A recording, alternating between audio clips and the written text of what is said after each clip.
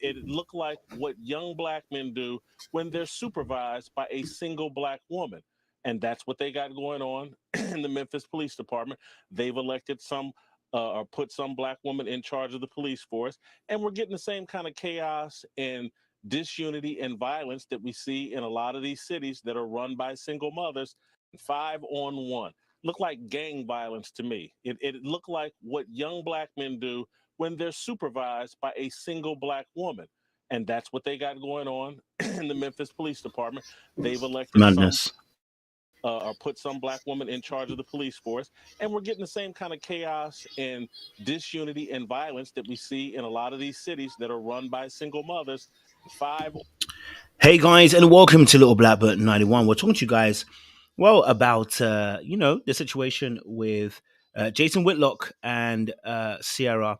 And he came on the national news and spoke on Fox about how the Ty Nicholas situation is about the real conversation being about single black mothers. And when I heard it, I said, you know, when you don't believe somebody would come out and say something like this, especially at a time like this as well, right? And come out with such a rhetoric. But then I can't be surprised. We live in 2023 where people do mad things.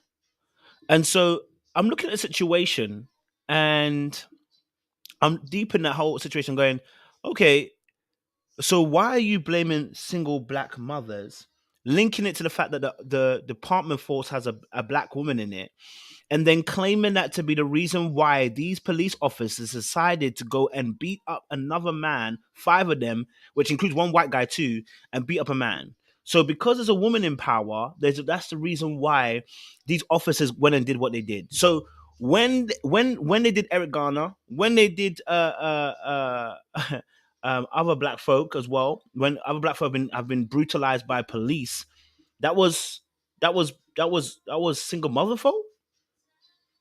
Whether being a white officer or a black officer makes no difference. That's not a police versus the people situation. So like I was bemused and I said, then I had to go and research. Then I had to go back and figure out what's actually happening. So we're going to talk a little bit about this. I'm going to break it all down, bring it to you, because I want to also be honest with you. There were a lot of black men, especially I went on to the Shade Room and their post they put up. And actually, a lot of men were actually commenting saying this is nonsense. A lot of black men were actually coming out and saying they don't agree with what he's saying. You know what I mean? And so I want to talk a little bit about it and hopefully break some stuff down for you guys. If you're new to the channel, do me a massive favor, like it, share, subscribe, click on the bell button for notification of the uploads. And for those of you who are returnees, you already know what it is, baby. You got the minerals, all right? And for those of you who have joined us, stay hydrated because the streets out there are hot. Let's get into the video. I want to bring you some of these other clips that I also had as well so that you guys can see exactly what's happening here. And so I put a longer running clip. I want to just show the dialogue that actually, I guess, happened because it was crazy. I can't lie to you. I was so confused by the situation of what he put here. So here's a little what happened between Ciara and Jason Whitlock as well. Okay, so Jason Whitlock, as a black man, so Ciara responds to the video, says, as a black man, to get on national TV and say something like this is irresponsible. A lot of amazing kids have come from single mothers. For you to also undermine single black women in the midst of this tragedy, and this tragedy is so sad. This woman just lost her son. Do better. And he says, I appreciate the feedback, Ciara, but at some point we are going to have to deal with the negative impact of baby mother culture.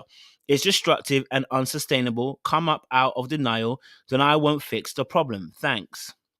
Now, I find this fascinating because how he, and first and foremost, context of time and season, even if you believe this to be true, this tells me that you are a problem because you've chosen the time where somebody has been killed to now bring up this topic, which has, I feel like, lack of bearing on the situation. 5 officers decided they would beat up a man as a police officer. This is nothing new. This doesn't come out of the blue. This isn't a single mother epidemic. Police officers have been taking advantage of the people they serve for the longest of times. So this isn't something new. This isn't something. This isn't something new. This isn't something that just happened. This is a conversation that's been happening, and things that have been happening to people, who are citizens for a very long time. So where does this become about single black mothers, right? Where does this become? Why does it become about that situation, about baby mother culture? What the heck? Why? Right? Okay, let's go. Let's go a little bit. I like to bring in things and let's go a little bit deeper because I think, and we can watch. There's a longer version of the situation. Um, I want to see if I can actually bring the point where he made about. Yes. So I want to bring this clip as well, so you guys can see this. All right. Here we go. And I think this is important too, right? Talk about it. So let me ask you this question. I have a job, man.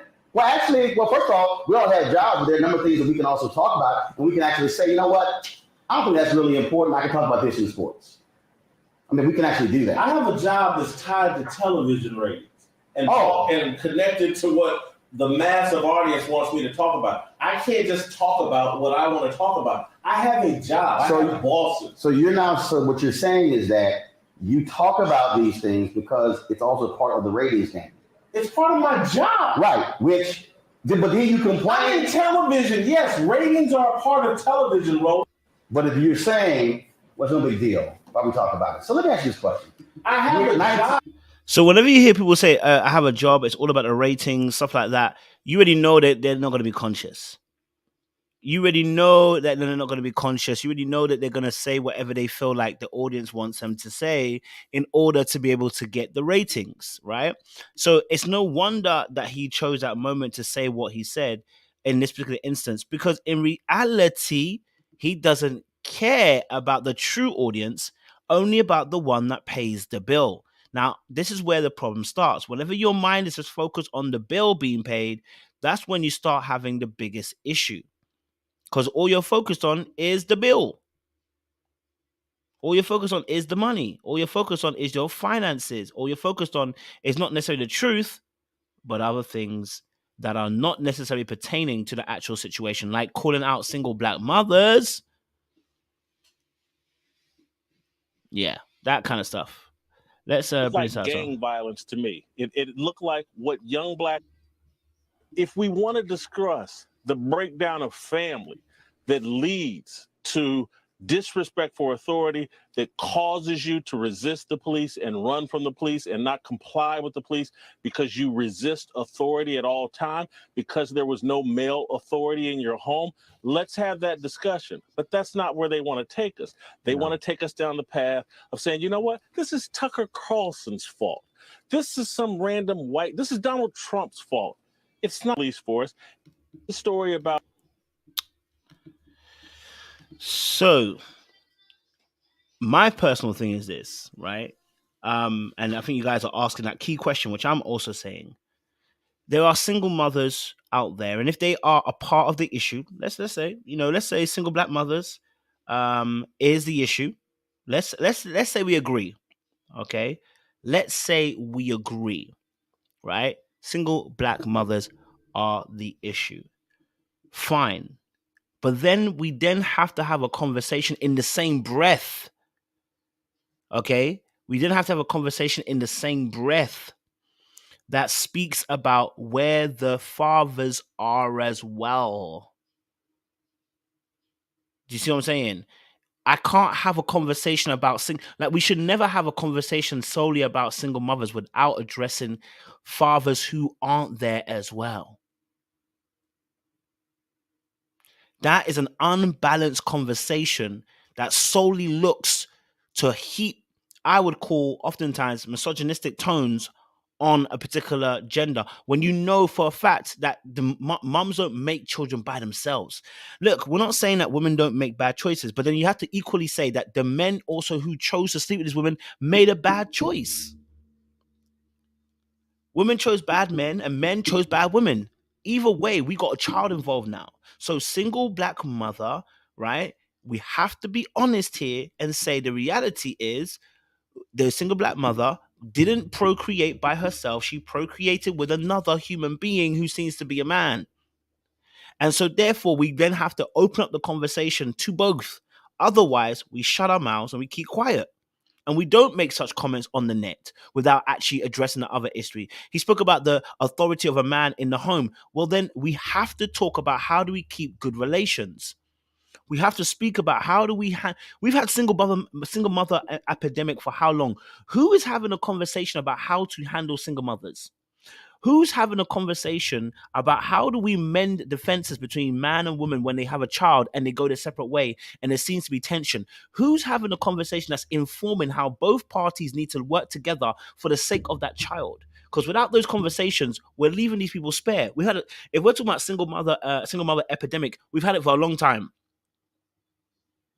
So it's been there for a very long time. But then who's having a conversation about how do we mend the hearts and the minds of these individuals so that we don't have single mothers solely? And when we say single mother, I mean literally the fact that there's actually a bad relationship also as well within the context of the father and the mother together. They're unable to really co-op with that child. Because a lot of people are single mothers but have a great relationship with the father.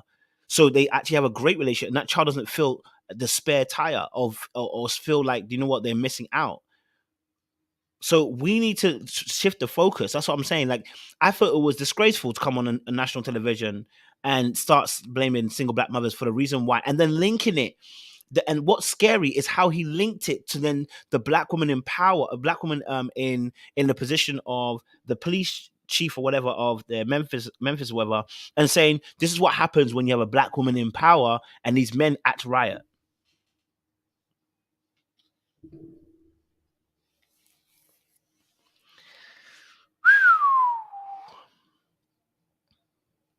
Yeah, that's dangerous. That for me is sickening. That's dangerous. That's political. That's everything that's not nice. And that's everything that's, for me, a very dangerous path to go down when you're not being objective about what angle you're actually coming with.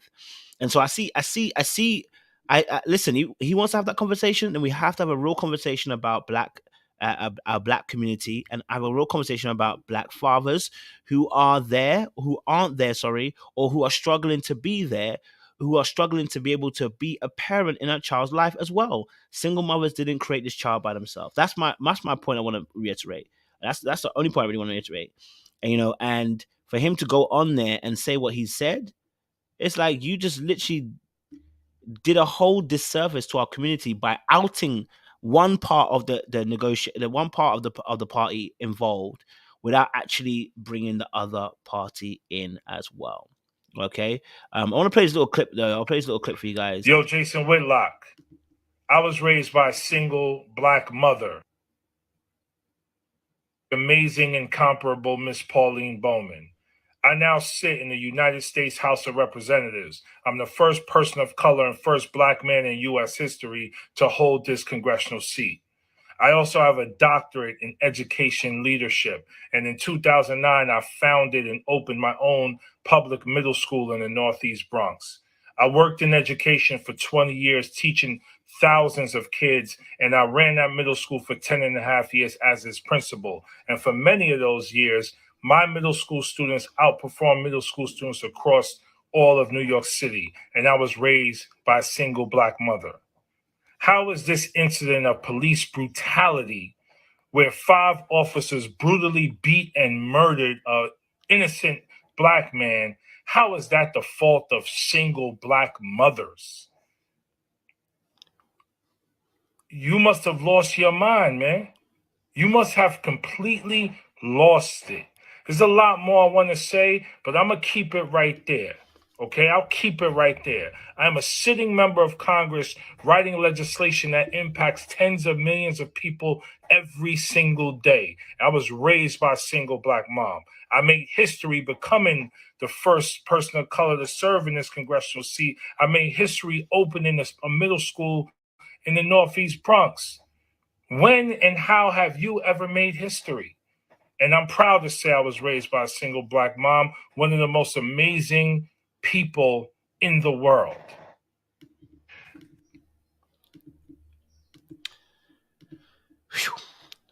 Listen,